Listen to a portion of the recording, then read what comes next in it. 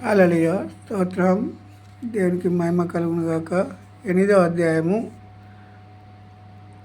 కీర్తన భాగం 8వ అధ్యాయము చదువుకుందాం. మొత్తం యెహోవా మా ప్రభువా, ఆకాశములో నీ మహిమను కనబరచువాడా. యెహోవా మా ప్రభువా, ఆకాశములలో నీ మహిమను కనబరచువాడా. భూమి ఎందంతట నీ నామము ఎంత ప్రభావం గలది. శత్రువులను పగ తీర్చుకొను వారిని మాన్పివేయుటకై నీ విరోధులను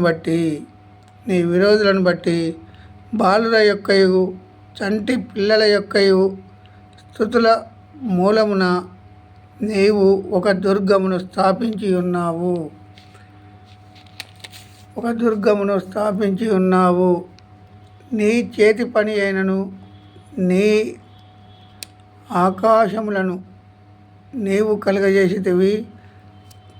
చంద్ర నక్షత్రములను నేను చూడగా, నీవు మనిషిని జ్ఞాపకము చేసుకొనుటకు వాడు ఏపాటివాడు. నీవు నరపుత్రుని దర్శించుటకు వాడు ఏపాటివాడు. దేవుని కంటే వారిని కొంచెము తక్కువ వానిగా చేసి ఉన్నావు. మహిమ ప్రభావములతో వానికి కిరీటము ధరింపజేసి ఉన్నావు. మహిమ కిరీటం అట. మహిమ ప్రధానులతో వానికి కిరీటము ధరింపజేసి ఉన్నావు. నీ చేతి పనుల మీద వానికి అధికారం ఇచ్చి ఉన్నావు. ఎవరికిచ్చాడు? నరులకిచ్చాడు అధికారం. నరులకిస్తే ఏం చేస్తాను? ఇప్పుడు పోగొట్టుకుంటున్నారు. అయితే అధికారం ఇచ్చి ఉన్నావు. గొర్రెలన్నిటినీ, ఎడ్లనన్నిటినీ, అడవి మృగములను, ఆకాశ పక్షులను, సముద్ర మత్స్యములను, సముద్ర మార్గములలో సంచరించు వాటన్నిటినీ వాని పాదముల క్రింద నీవు ఉంచి ఉన్నావు. యెహోవా మా ప్రభువా, భూమి అందంతట నీ నామము ఎంత ప్రభావము గలది. ఇక్కడ యెహోవా మొదటి వచనంలో యెహోవా మా ప్రభువా, ఆకాశములలో నీ మహిమను కనబరచువాడా. భూమి అందంతట నీ నామము ఎంత ప్రభావం గలదనేది మొదటి వచనంలో ఉన్నది. లాస్ట్ వచనంలో కూడా అదే వచనం రాయించండి దావీదు ద్వారా. ఎందుకంటే దేవుడు చేసే కార్యాలు కంటికి కనబడవు, మానవునికి చెవులకు వినబడవు. యెహోవా మా ప్రభువా, భూమి అందంతట నీ నామము ఎంత ప్రభావం గలది.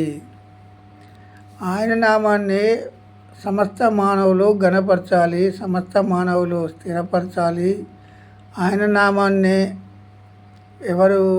సమస్త మానవులు ఇప్పుడు ఆయన అరచేతుల మీద మానవుని చెక్కుకుంటే మానవుడు త్రోవ తప్పి తిరుగుతున్నాడు. ఇప్పుడు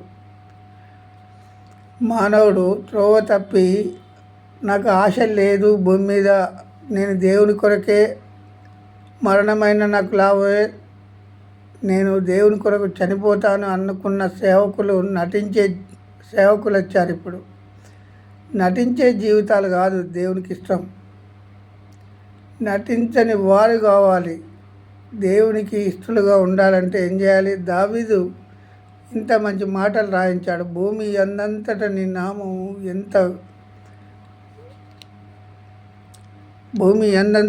నామము ఎంత ప్రభావం గలది.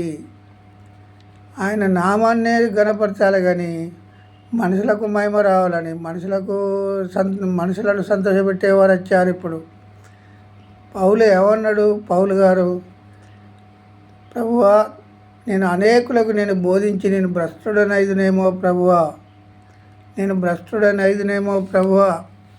నేను నా శరీరాన్ని నేను ఏ రోజుకు ఆ రోజు నలగొట్టుకొనుచున్నాను. నలగొట్టుకున్నట పౌలు గారే. మరి ఇప్పుడు మనం ఎలా నలగొట్టుకుంటున్నామో మరి మనం ప్రతి దేవులో ప్రతి మానవుడు ఆలోచించుకోవాలి. దేవుని కొరకు నలగొట్టుకోవాలి. మనుషుల కొరకు కాదు నలగొట్టుకునేది. మనుషులను పౌలు ఒక మాట గలతీలకు రాసిన పత్రికలో, మనుషులను నేను సంతోషపెట్టు వాడనైతే దేవుని దాసులను కాను 11వ వచనంలో ఉంటుంది. మొదటి అధ్యాయం 11వ వచనంలో ఏమనున్నదంటే, నేను మనుషుల సంతోషపెట్టు వాడనైతే నేను. మరి ఇప్పుడు మనుషుల సంతోషపెట్టే వాళ్ళు అనేకులు వచ్చారు. ఇప్పుడు మనుషులు వీళ్ళను సేవకులను సంతోషపెట్టాలి, సేవకులు మనుషులను సంతోషపెట్టాలి. ఇది కాదు కదా మన బోధలు. ఇప్పుడు దావీదు ఇక్కడ ఏమని రాయించాడు? దేవునికే మహిమ చెల్లునుగాక. దేవునికే. వాడు నరపుత్రుని జ్ఞాపకం చేసుకున్నటకు వాడు ఏ పాటి వాడు? దర్శించుటకు మనుషులు జ్ఞాపకము చేసుకున్నటకు వాడు ఏ పాటి వాడు? కొంచెము తక్కువగా వాడిని చేసేను అని ఉన్నది. కొంచెం తక్కువగా చేస్తే మనుషులు దేవుణ్ణి మరిచి ఇష్టం వచ్చినట్టు మాట్లాడుతూ, ఇష్టం వచ్చినట్టు తిరుగుతూ, ఇష్టం వచ్చినట్టు నాకు ఘనత రావాలి, నాకు మెప్పు రావాలి, నేను అనే అహంకారం, నేను అనే గర్వం. ఎక్కడి నుండి వచ్చినాయి ఇవన్నీ? అపవాది ఫలాలు, అపవాది క్రియలు ఇవన్నీ. హల్లెలూయా, స్తోత్రం. దేవునికి మహిమ, దేవునికే స్తోత్రం. దేవునికే స్తోత్రం మహిమ రావాలి, కానీ దేవునికే ఘనత రావాలి. దేవునికే మనందరము ఎవరిని పొగడాలి? దేవుణ్ణి మాత్రము తప్ప ఎవరిని పొగడడానికి వీలు లేదు. మనుషుల మెప్పు కోరుకుంటాను, ఇప్పుడు మనుషుల ఘనత కోరుకుంటాను. మనుషుల సంతోషపెట్టేవారు వచ్చారు. మనుషులను సంతోషపెట్టేవారు, సేవకులను విశ్వాసులు సంతోషపెడతారు. ఇప్పుడు విశ్వాసులను సేవకుడు సంతోషపెడతాడు. కానీ దేవుణ్ణి ఏదో 4 మాటలు చెప్పి దేవుని మాటలు మరిపిస్తున్నారు. దేవుని మాటలు మరిపించినట్టయితే ఒక్కరోజు శ్రమ ఎక్కడ? అనేకులు బోధకులు కాకుండా ఉండటం మేలు అని చెప్పిండు. ఇది యాకోబు పత్రికలో 3వ అధ్యాయం. చదువు మంచిగా అర్థం చేసుకోవాలి. బైబిల్ అర్థం చేసుకోలేని వారు అనేకులు ఉన్నారు. ఇప్పుడు అర్థమయ్యేవారు తక్కువ మంది ఉన్నారు. ఎందుకంటే నా జీవితాన్ని నేను తయారు చేసుకుంటే, నా జీవితాన్ని నా జ్ఞానంతో నేను ఈ లోకంలో పుట్టాను అనుకున్న మానవుడు ఈ లోకంలో ఒక్కడు కూడా లేడు.